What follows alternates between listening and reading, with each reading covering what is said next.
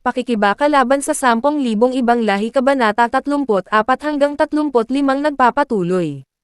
Naglagay ng pampalakas na 50 times amplification si Nanding sa kanila. Nagulat si Lansakong sa nakita niyang malupitong pormahan. At biglang nasa likod niya na ang A-rank na alien. Hindi daw siya natatakot sa kanila, handa siyang makipagsapakan. Sabay naglabas siya ng 2 maliit na buhawi, titingnan niya daw sinong mabilis sa kanila ni Glacial Drake kung mapapatigas siya nito bago niya ito matalo. Nagbuga agad ng Glacial Freeze si Glacial Drake. Sinangga naman ito ni Lansakong gamit ang 2 buhawing maliit. Sa kasamaang palad masyadong malakas ang hininga ni Glacial Drake. Napa-atras at napatalon si Lansakong dahil magiging rebel tong yelo siya.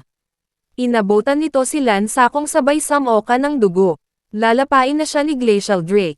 Saktong umabot sa oras ang 50 times pampalakas amplification ni Nanding. Kaya lumakas ang mga alaga nito na putong-pating at kinuyog si Glacial Drake. Napa-array ko po ito dahil naramdaman niya ang sakit ng kagat nila. At kasama rin na lumakas si Lansakong na parang nakadroga. Naglalabas siya ng matinding enerhiya na parang Super Saiyan. At ginamit niya ang malakas niyang technique Water Control Endless Ocean. Pinakain niya ito kay Glacial Drake. At sa wakas natalo niya ito.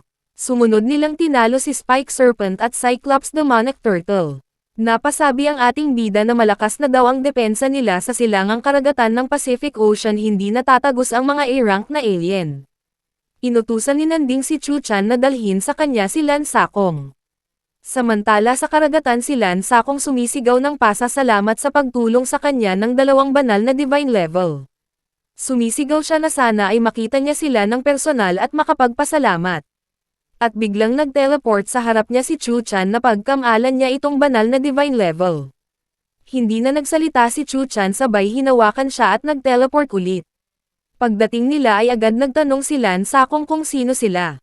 Huwag daw itong magtanong, sabi ng ating bida, at makinig na lang ito sa kanyang kwento. Tinanong niya si Lansakong kung kaya nitong pangalagaan ang silangang karagatan, sumagot ito na iaalay niya ang kanyang buhay para sa bansa. Bibigyan daw siya ni Nanding ng 10% pampalakas pampag-ana, ngayon ay pinagkakatiwala sa kanya ng ating bida ang pangangalaga sa silangang karagatan. Pag umatake daw ulit ang mga asasin ay lalaban daw ito kasama ang 100 milyon na alagang nagbagong isda.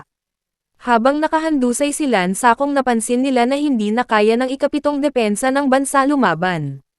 Natatakot si Chu-chan kung anong kalagayan ng kanyang kuya sa frontline. Samantala sa frontline naglabasan na ang 10,000 ibang lahi na mananakop na may isang mata. Nakilala nila ang mga bagong dating nakalaban, mga A-class na alien. Kailangan na daw nilang umatras dahil hindi nila kaya ang mga ganitong klaseng kalaban. Wala daw tao sa ika-6 na depensa ng bansa, atras na silang lahat sa ika-5 depensa ng bansa para sa huling laban. Nagsabi si Chu Xinghe kay Commander Wang Zai na mauna na silang lahat dahil pipigilan niya ang mga alien para magkaroon ng oras sa pag-atras nila. Sabay nilabas na ni Chu Xinghe ang pinakamalakas niyang kapangyarihan, Ultimate Amplification Formation Activate. At pumunta sa harap niya ang mga bayaning patay sila daw ang magpapaiwan dahil patay na sila at kailangan daw ng ika-5 depensa ang mga batang bayani. Ayaw sanang pumayag ni Chu Xinghe, kaso sinabi ng tropa niya na magagalit si Nanding sa kanila pag nagpaiwan ito. Pati yung mga unang alaga ng ating bida ay gusto rin magpaiwan para maging bayaning sikat sa social media. Nagpaalam na sila sa isa't isa, hindi daw nila sasayangin ang sakripisyo ng mga patay na bayani at mga nagbagong hayop. Agad naman lumabas sa social media ang balitang umatras na ang mga bayani ng ika-7 depensa, iniwan nila yung mga patay na bayani at mga nagbagong hayop para maging pagkain ng kalaban. At nararamdaman na ng mga netizen ang kalbaryong nalalapit na ang katapusan ng mundo. Pero kahit ganun pa man, hindi sila pananghinaan ng loob, lalaban daw sila hanggang sa huli sa ika-5 depensa ng bansa.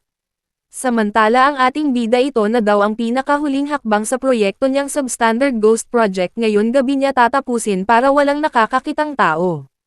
Naglabas siya ng maraming bato. Burning Heaven Source Power Source Stone, lumakas ang enerhiya ng lugar. Ang proyektong niyang poro semento lang at walang bakal ay dinagdagan niya ng ipinagbabawal na teknik. Bigla itong nagkaroon ng malakas na agos ng tubig may nilad. Pagkatapos ay pumunta siya sa ika-2 proyekto niya, ang Bulkang Taal. Ginamitan ito ni Nanding ng ipinagbabawal na teknik. Love a Dragon 100,000 spell deploy lumabas ang mga nag-aapoy na dragon. At nag-max level ang ipinagbabawal na teknik ng ating bida, nagkaroon siya ng bagong kakayahan na Star Origin, kaya nitong pasabogan ang mga star sa langit. Dahil daw sa sunod-sunod na paggamit ng ipinagbabawal na teknik nag-max level ito, hindi na daw kakayanin ng bansa lakas nito. Ito daw ang magiging alas ng ating bida, kaya hindi niya muna ito ilalabas.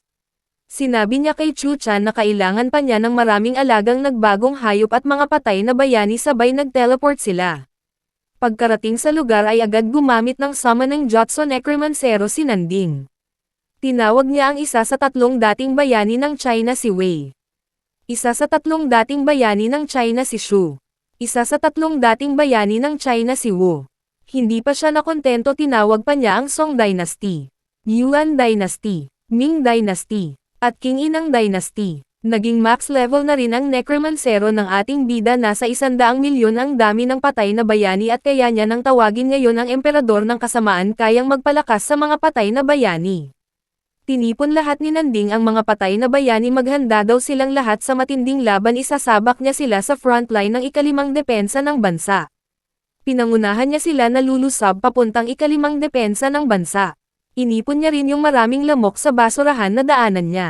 Pati mga ahas sa tabi-tabi ay ginawa niyang alaga, desperado ang ating bida. Lahat ng hayop sa gubat ay tinawag niya para samamang lalaban sa 10,000 ibang lahi. At sa wakas, sa sobrang sipag ng ating bida, naging max level na rin ang beast timing. Pinalakas ni Nanding ang mga alaga niyang nagbagong hayop. Sumama daw silang lahat sa kanya papuntang ikalimang depensa ng bansa. At biglang samuka ng dugo ang ating bida. Dahil sa sobrang trabaho, ibigay na ang katawan niya dahil buong bansa ang nasa balikat ng ating bida. Wala daw siyang dapat sayangin na oras, kahit may sakit pasok pa rin sa trabaho. Sinabihan siya ni Chu Chan na adik daw sa trabaho. Kaunting kembot na lang daw ang malupitong pormahan na lang kulang at kompleto na ang lahat, kaya sinabi niya kay Chu Chan na teleport siya sa ikalimang depensa ng bansa.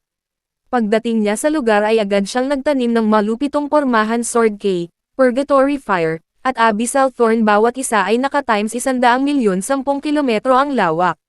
Pagkatapos ay tinanim niya ang malupitong pormahan, Lethal Layer, puno ng enerhiya.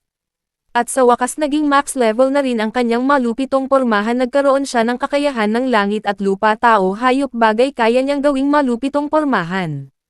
Pawis na pawis ang ating bida, sa wakas daw nagbunga rin ang kanyang pinaghirapan, may laban na siya sa 10,000 ibang lahi. Dahil max level na ang kanyang 5 talento, magiging master siya ng lahat. Pagkatapos ay nagkaroon ng bilog na enerhiyang lumiliwanag sa buong katawan ng ating bida, napa-array ko po ito. Lalong lumalaki at sumabog. Nag-alala naman si Chu Chan, baka anong mangyari kay Nanding. Dahil nagliliyab ang buong katawan nito ng enerhiya, na overdose siya sa paggamit ng kapangyarihan niya, kaya nagsisigaw na siya ng tabang saklolo. At dito nagtatapos ang Kabanata 34 hanggang 35. Maraming salamat po sa panonood niyo, mag-subscribe para laging updated sa buhay ni Nanding.